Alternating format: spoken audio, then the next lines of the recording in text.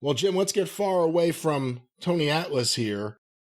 I got an email that was sent in. I'm not going to give the person's name, but they were someone on vacation or on a trip to Japan.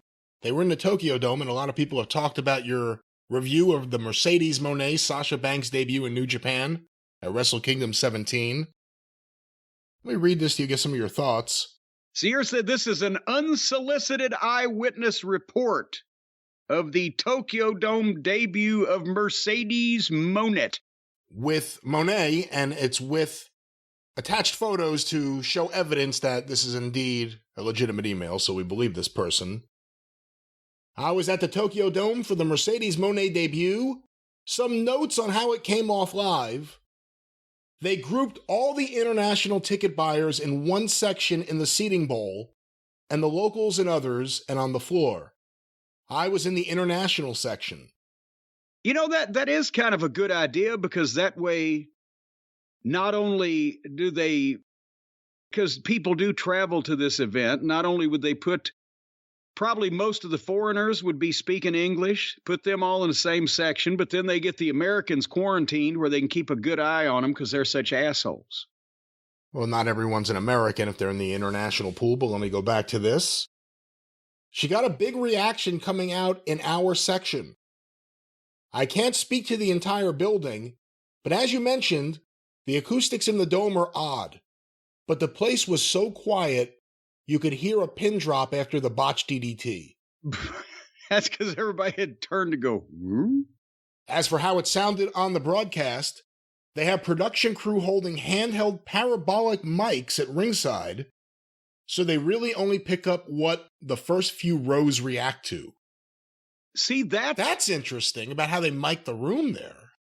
Well, but now, that may not be, it may or may not be the case. I mean, because they had restrictions. We mentioned it wasn't a full dome. They have the COVID seating restrictions, so they weren't going to make as much noise as 60,000 people in a normal year at the dome or whatever. But I would have to think that in the lighting grid, there are microphones, because even on Smoky Mountain OVW television, we still had microphones placed somewhere out toward the crowd where you could pick up the crowd noise rather than just depending on the ringside setup and the handheld camera microphones and anything that's wired to the ring. But maybe they did, and this fellow didn't know that, because you can't look up at the lighting grid and see the microphones, but that should be more directional where that picks up the sound from the greater part of the stadium. Or maybe they just weren't making any noise.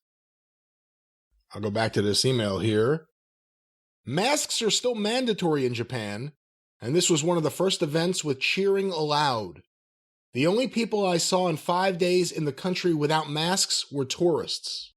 See, I told you the other day, the Japanese people are very polite and respectful and mindful of other people's personal space and well-being, and they respect authority and are reasonable about shit. It's all the assholes from somebody else's country that's over there trying to breathe on them. Now, you asked about her background, Sasha Banks, Mercedes Moné, before she got to WWE. This expert, and I'm not saying that facetiously, but this person who seems to know what they're talking about said this. I could speak a little bit about Mercedes personally. She's a student of wrestling. She knows what she's doing in the ring. William Regal knew her from when she worked as an extra at TV tapings in Boston and later scouted her on the indies. Regal went to Johnny Ace, Triple H, and Canyon Seaman, there's a name from the past, when they were only hiring swimsuit model types.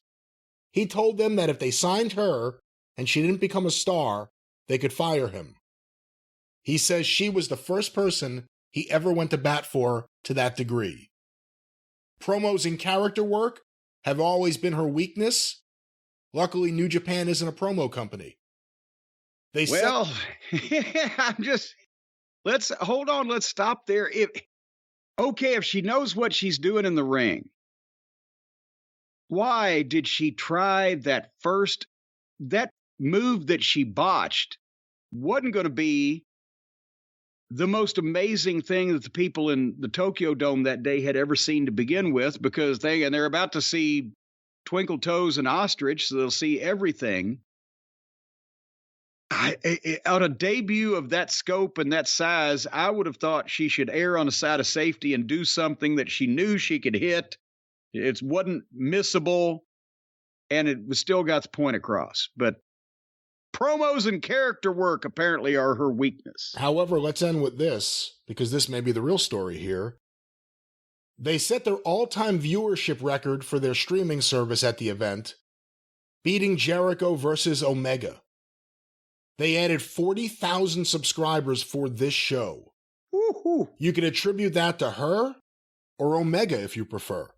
Oh, boy. Her matches. So you mean 40,000 people signed up for New Japan World or whatever to see old Mercedes Mone? And finally, let me end with this. Her match is the only match announced for the February 18th pay-per-view in San Jose, and they've sold 2,120 tickets, all but 30 tickets.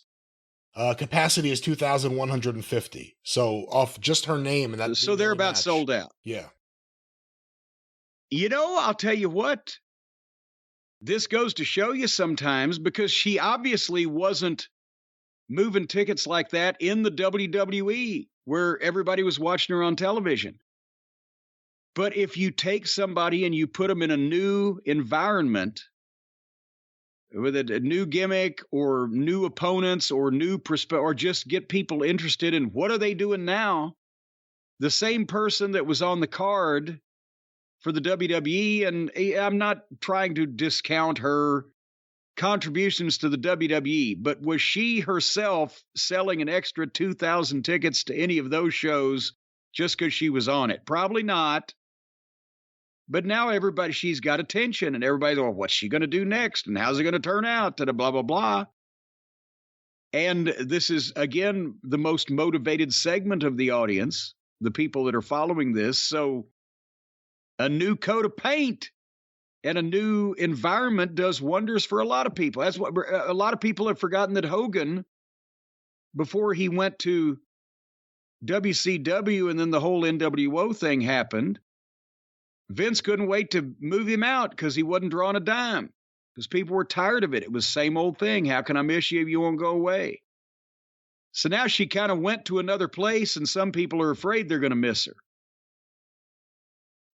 Maybe she ought to get together with Mandy Rose and do the, I keep saying OnlyFans, and people are saying that's not what Mandy's doing. She's on a fucking Nicer Fans site or whatever. But nevertheless, they're doing their own thing, the kids these days, Brian.